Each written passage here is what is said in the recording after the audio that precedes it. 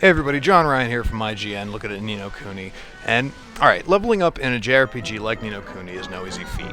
Alright, like most traditional games in the genre, you gotta spend half your playtime running around over the overworld and just slowly grinding against the same types of enemies over and over and over again until you reach high enough level to, tackle the next boss or, the next big fight without ending up dead or on the ground. Thankfully, with other games like Persona or Dragon Quest, there's a couple of different enemies that will help you level up much faster than usual, if you know where to look, that is.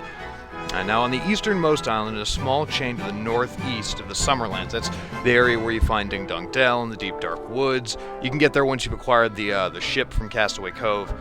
You can find a small creature called a Toko. It's one of several variations found all over the world, but this is the first one you want to tackle as it's the least deadly of the bunch.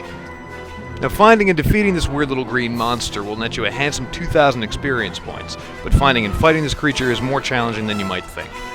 Tokos are an extremely skittish little animal, and no matter how much lower your level may be than theirs, if they spot you in the overworld, they'll run off, and they're a lot faster than you and your party, so it'll be hard pressing for you to try and catch them. Likewise, if given the opportunity in battle, the Toko will dash off the field, and you'll lose your shot at all that sweet XP.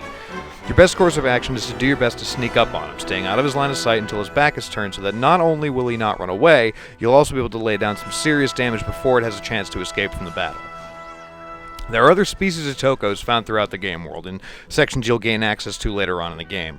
There's one called Toko worth 8,000 experience points that hangs out along the path leading down from the city of Perdita. It's north of Hamlin and Autumnia. Now, to face down this variant and the other creatures in the area, it's best to be somewhere between a level 45 and a 50, or else you'll end up on the losing end of most of the battles.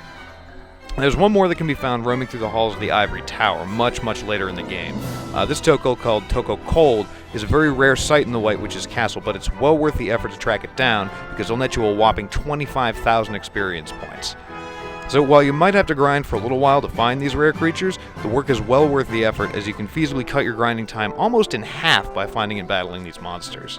So for more on Ni no Kuni and everything else on PS3, be sure to keep it locked right here on IGN.